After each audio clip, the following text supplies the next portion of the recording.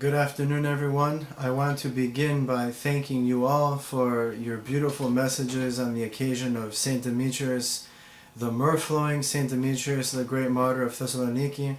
As I celebrated my name day the last couple of days, or 2 days ago, I received many messages, emails, text messages, etc. And I want to thank you all for your prayers and for your blessings. I certainly felt your prayers and the blessings and intercessions of St. Demetrios as we celebrated the feast day.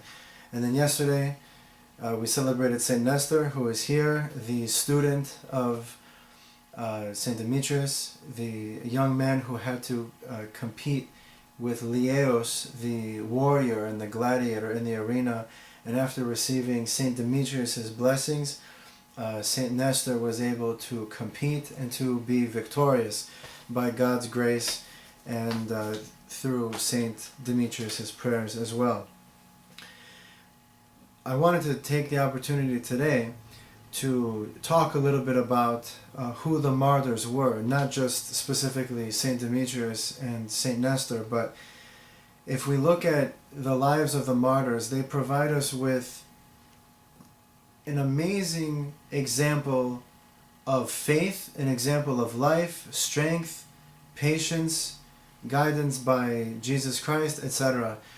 We can look to the martyrs and find everything that we lack. They were human beings just like we were, and I'm sure they had their moments of doubt and their moments when they were frightened or confused or scared. They were human just like we are, but because the Church elevates them to the status of martyr and sainthood, we still look to them as an example, and we find that we always have their prayers and we always have their blessings. Looking at St. Demetrius, though, being raised and born in the 3rd century, ultimately dying in the 4th century, St. Demetrius was a political figure, a military leader in some way, and he had a great amount of influence. Educated, grew up in a very influential family, and he lived his Christianity. He lived his faith and his life according to a life of Jesus Christ. As a result, he was arrested for that. The emperor at the time was Diocletian. It was a terrible time for Christians. People were martyred. They were killed for their faith often. And it was a very difficult time. St. Demetrius was arrested. Nestor was a student of his. He was younger than him, but he was someone who respected Demetrius very much.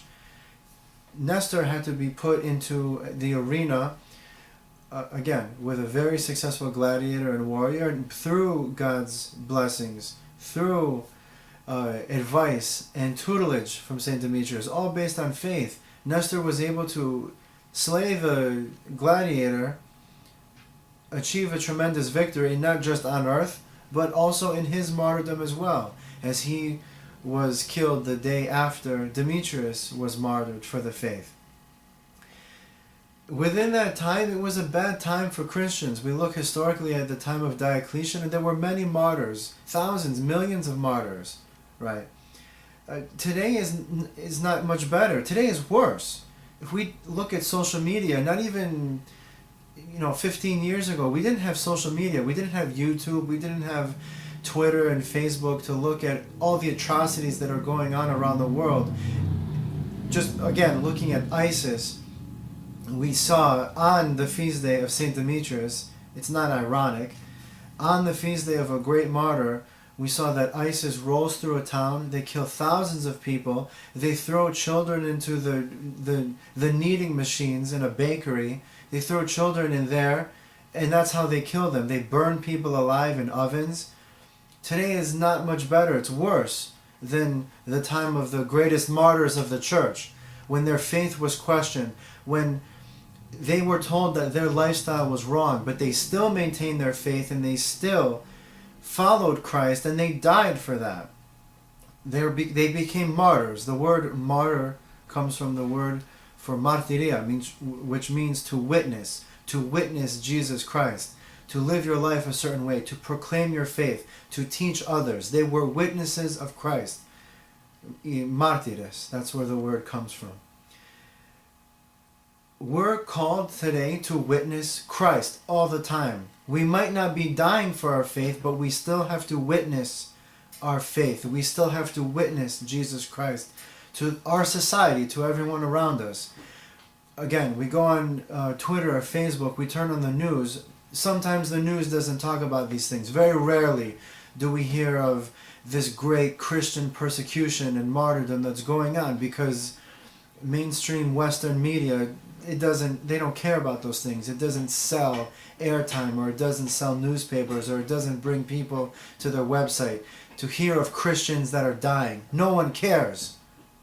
We are now the minority. There's no doubt.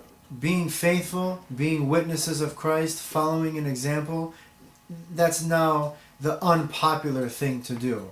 These are the challenges that we have in our life and in our society. We look to Christ as the truth. We look to Jesus Christ as the way and as the light.